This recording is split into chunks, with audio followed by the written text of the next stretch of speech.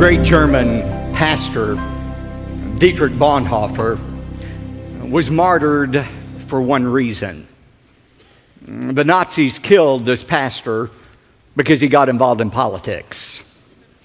Unlike the majority of pastors, Christian pastors in Nazi Germany who remained silent under the reign of terror of Adolf Hitler, Dietrich Bonhoeffer could not remain silent. He stood up in his society. He spoke out against the evil of the government, and as a result, he lost his life. Dietrich Bonhoeffer, before he died, made this statement. He said, "Only he who believes is obedient, and only he who is obedient truly believes." There's an inseparable link between belief and obedience. You can't separate the truth. Wherever there's belief, there is genuine obedience. And we see that truth clearly illustrated in the story we're going to look at tonight. If you have your Bibles, I want you to turn to Daniel chapter 3. God gave Daniel the ability, remember, to interpret the dream of the evil king Nebuchadnezzar. And when Daniel recounted the dream and explained it to Nebuchadnezzar, remember Nebuchadnezzar's response? He fell down. He worshiped the God of Daniel, the Yahweh, the true God. And not only that, he elevated Daniel and his friends, Shadrach, Meshach, and Abednego, to places of prominence, of rulership in the Babylonian country. Now that was his first response, to worship God. But then in tonight's story, which takes place shortly after chapter 2, we see Nebuchadnezzar having a more humanistic response to this vision, a vision that said basically, Nebuchadnezzar, your days are numbered as king of Babylon. Babylon is going to cease. You're going to cease to exist. There's another kingdom coming after you. And notice Nebuchadnezzar's reaction to the truth that his kingdom would one day come to an end. We find it in verse 1 of chapter 3. Now Nebuchadnezzar, the king, made an image of gold, the height of which was 60 cubits. A cubit is about 1.5 feet. So it was a statue 90 feet high. Its width was 6 cubits or 9 feet. And he set it up on the plain of Dura in the province of Babylon. As Nebuchadnezzar thought about this dream and thought about the end of his kingdom, he said, you know what? I'm going to do whatever I can to prevent the end of my kingdom. I'm going to take matters into my own hands. I'm going to see if I cannot somehow thwart the sovereign will of God. And Nebuchadnezzar's motivation in this was not religious or spiritual. He didn't want people to worship him as God. Instead, he wanted their political loyalty. He wanted people to bow down, kind of like saluting the flag, and pledge their allegiance to Nebuchadnezzar. That way, Nebuchadnezzar thought he could make sure that there was no rebellion against him that would cause him to lose the kingdom. Now, it's said that this statue, 90 feet high, 9 feet wide, was set up on the plain of Dura. Notice that in verse 1, the plain of Dura. Archaeologists have determined that this plain of Dura was 6 miles south of ancient Babylon. We were talking about archaeological evidence for the veracity of the Bible this morning. Some years ago, French archaeologist Julius Opère found on the plain of Dura a base, a large brick construction that was 45 square feet and 20 feet high that very well could have been the base of this great statue that was made of Nebuchadnezzar.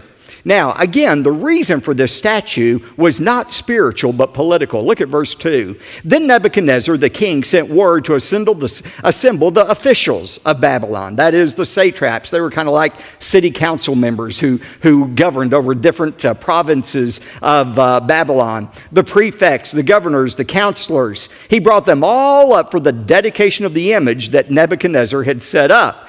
And look at verses 4 and 6. Then the herald loudly proclaimed, "To you the command is given, O people, nations, and men of every language, that at the moment you hear the sound of the horn, the flute, the lyre, the trigon, the psaltery, the bagpipe, and all kind of music, you are to fall down and worship the golden image that Nebuchadnezzar the king has set up. But whoever does not fall down and worship shall immediately be cast into the midst of a blazing furnace." Now, verse 7.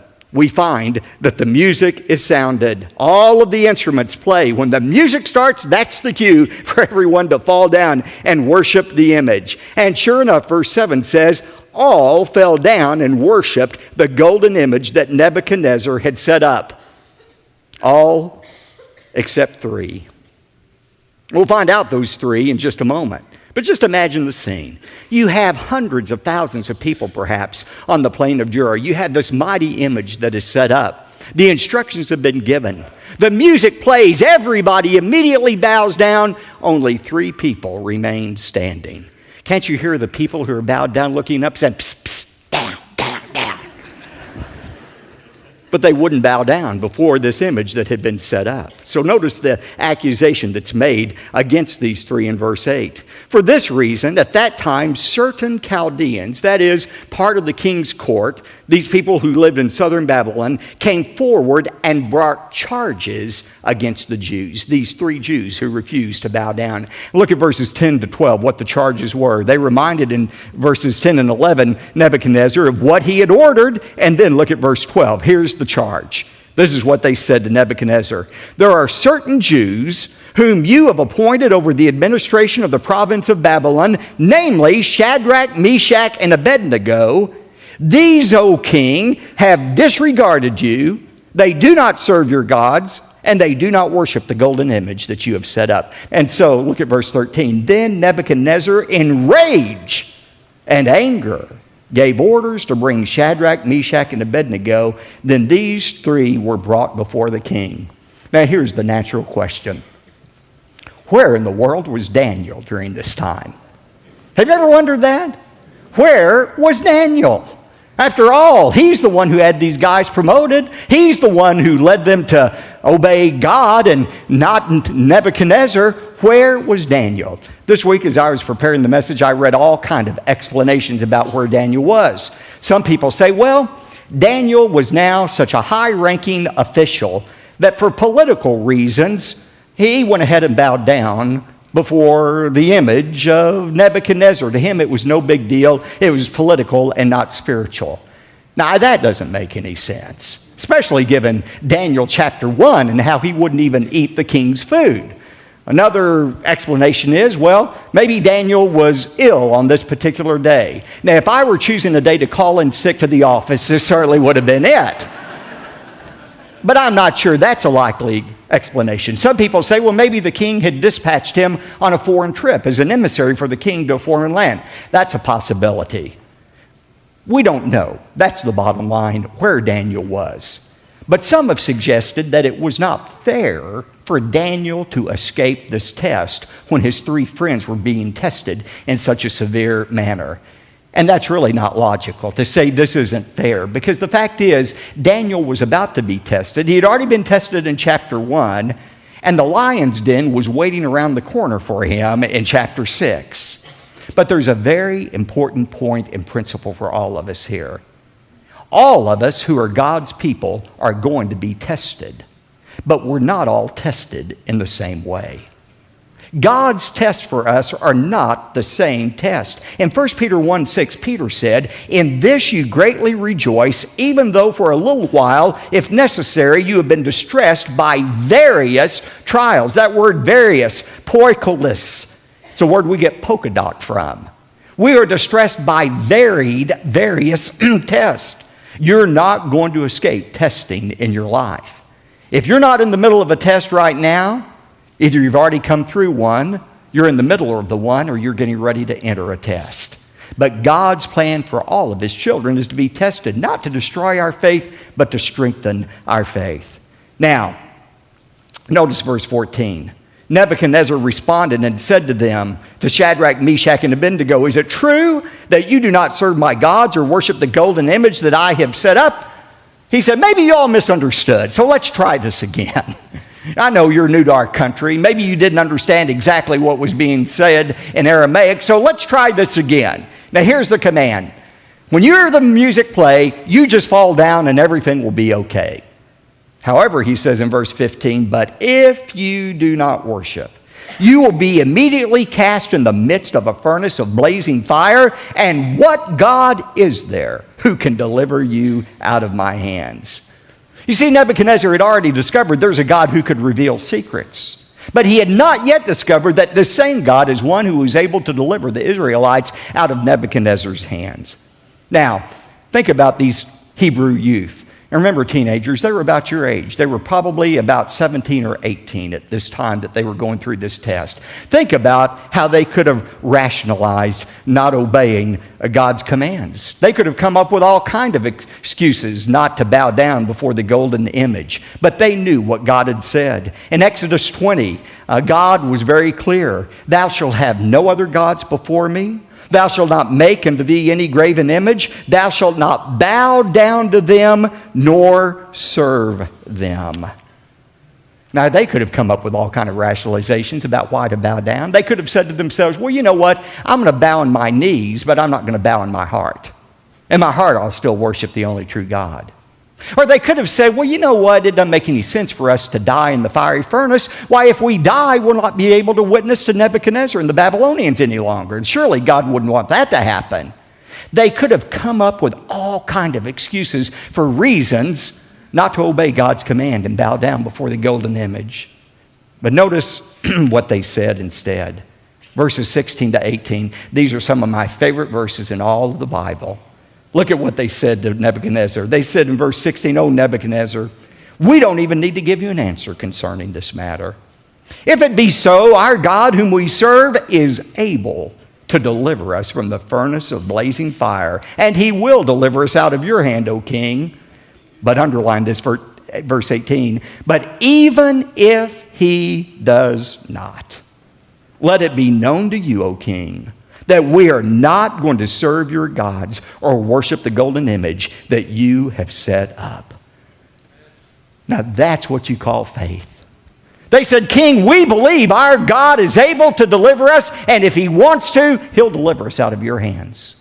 But even if he chooses not to deliver us, we are still going to obey him." Ladies and gentlemen, that is faith. Obedience to God in spite of the circumstances. It's not always God's will to deliver us out of trials. It wasn't God's will to deliver Jesus out of suffering, or Peter, or Paul, or most of the apostles. God's will for them was death, but they still obeyed God. This is the perfect demonstration of what true faith is, obeying God regardless of what he does. Now look at verse 19, the execution of the sentence. "Then Nebuchadnezzar was filled with wrath, and his facial expression was altered toward Shadrach, Meshach, and Abednego." His face was just contorted. He was so angry. And he answered by giving orders to heat the furnace 7 times more than it was usually heated. The Aramaic here means Nebuchadnezzar was as angry as he could have been under the circumstances. And his anger, like anger always does, caused him to do something very irrational. You know, when you're angry, you are literally out of your mind.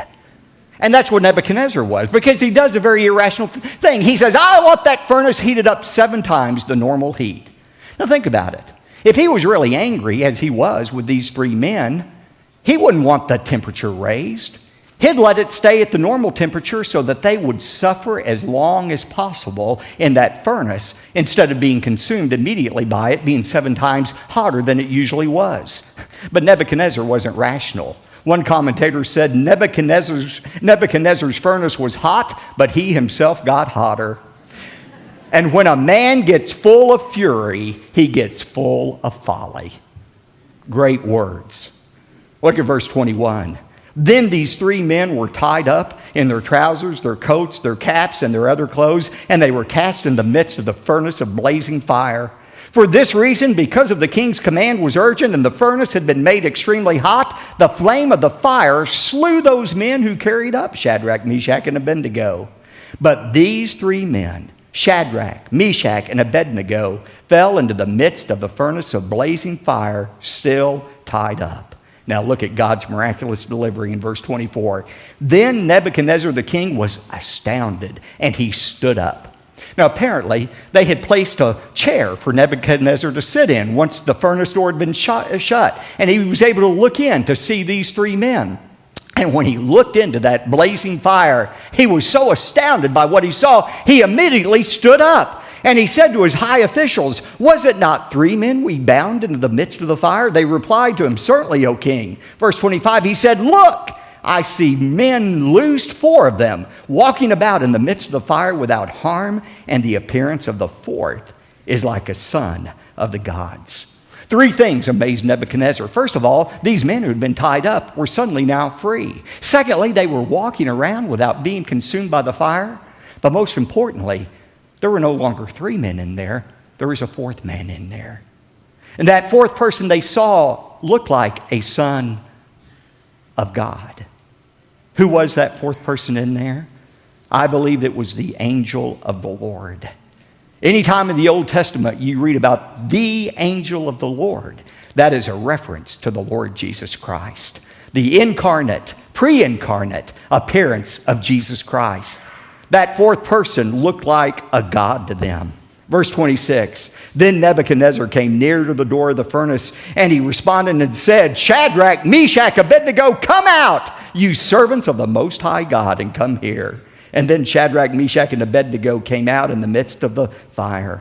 He wanted them out of the furnace. He called them servants of the Most High God. And look at verse 27. All of the officials gathered around and saw in regard to these men that the fire had no effect on their bodies. Not even a hair of their head had been singed, nor were their trousers damaged, nor had the smell of fire even come upon them. They didn't even reek of smoke after being in that furnace. In verse 28, look at Nebuchadnezzar's response. He said, "Blessed be the God of Shadrach, Meshach, and Abednego, who has sent his angel and delivered his servants who put their trust in him, violating the king's command. And he yielded up their bodies so that not to serve or worship any god except their own God." Now, as we'll see in a moment, this was not, and we'll see this more next time, this was not a conversion experience for Nebuchadnezzar. That would come in chapter 4. Nevertheless, there was still a command here that was given in verse 29. Nebuchadnezzar says, "Therefore I make a decree that any people, nation, or tongue that speaks anything offensive about the God of Shadrach, Meshach, and Abednego shall be torn limb from limb, and their houses reduced to rubbish heap, inasmuch as there is no other God who is able to deliver in this way." Now notice, Nebuchadnezzar did not denounce all other gods. He simply recognized that the God of these 3 Hebrew youth was a legitimate God, and in fact, he was a superior God to any other God he knew of, because this was a God that was able to deliver these Hebrews out of Nebuchadnezzar's hands. Now, as impressive as a comment that is, God is not impressed by it. See, God is not content to be named among other gods. God is not impressed when we say, "Oh, I believe in the God of heaven, the God of the Bible, but I believe in other gods as well."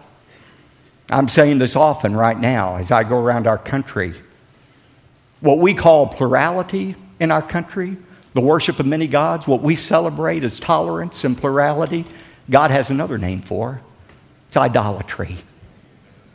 The First Amendment of our Constitution has not replaced the first commandment of God. God said, "You shall have no other gods before me." God commands our exclusive worship. He has no tolerance for any false gods or any false idols. And by the way, a false idol, a false god doesn't have to be a wooden statue. As I heard my friend David Jeremiah say today, we have American idols as well. Those American idols sometimes are money. We bow down before money. We worship money. Sometimes it's pleasure, entertainment. Sometimes it's sports. Sometimes it's scholastic achievements. But God is a jealous God. He said, "You worship me exclusively." That's the kind of worship our God demands. Now, why is this story important? It's important for 3 significant reasons. First of all, this story sets the stage for Nebuchadnezzar's conversion in the most dramatic way we're going to see next time. But secondly, this story foreshadows God's protection of Israel. Just as God protected Shadrach, Meshach, and Abednego from the fiery furnace, so God would supernaturally protect Israel during these 70 years of captivity in Babylon. And God will continue to protect his people until the end of time. I was in New York this past week. I was there Wednesday for the most holy day of the Jewish calendar, Yom Kippur. And I was with some Jews. It was interesting to see how they worshiped on Yom Kippur. But at that very same day of Yom Kippur, the holiest day on the Jewish calendar, on that very day, there in New York, was Iranian President Ahmadinejad. And there he was in the UN, breathing threats against Israel. Monday of that week in New York, he said, Israel will be eliminated from the face of the earth. Now, I'm going to make to you a prophecy that I promise will come true. This is an absolute 100% prophecy that will come true. President Ahmadinejad will be eliminated before Israel is eliminated. You can rest assured, because Israel is God's nation, and Israel has the promise of God's protection. God protected them for 70 years during that Babylonian captivity, and he will protect them until the end of time. But the third truth that you see in the passage is this. This passage reminds us of the importance of unconditional faith and obedience. Remember, true faith is not believing God is going to do what we want him to do. True faith is the resolve to obey God in spite of the circumstances. It's the faith that Job expressed when he said, though he slay me, yet will I trust in him. Only he who is obedient believes, and only he who believes is truly obedient.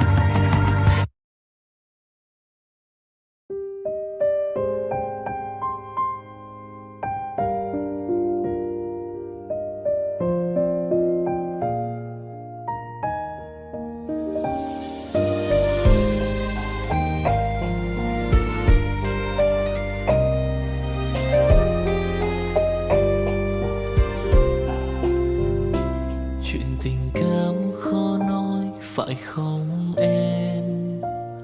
Chuyện tình yêu đâu biết được ngày mai. Rồi hôm nay em bên ai, nhìn em khóc trên vai. Thôi hãy quên đi, về với em hiện tại. Anh còn nhớ về ngày ta còn đắm say. Anh vẫn nhớ về người bên anh khi ấy.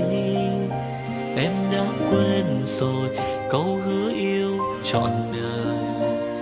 Em bỏ anh rồi, em vui tình nhân mới. Cuộc tình này đã khác rồi, mình kết thúc em ơi. Chuyện tình này đã chết rồi, còn tiếc chi em ơi. Một lần em gian dối rồi, còn cố yêu không vui. Một lần em đã phản bội, làm vết thương chưa nguôi. Thì anh vẫn sẽ mỉm cười, người khác làm em vui. Còn anh xin kết thúc và giữ chút đau thương thôi. Ở nơi xa luôn nhớ về một mối duyên tình phai. Đường em đi nay khác rồi, còn mỗi anh đơn côi. Đường em đi nay đã khác rồi, còn riêng anh mãi đứng đơn côi.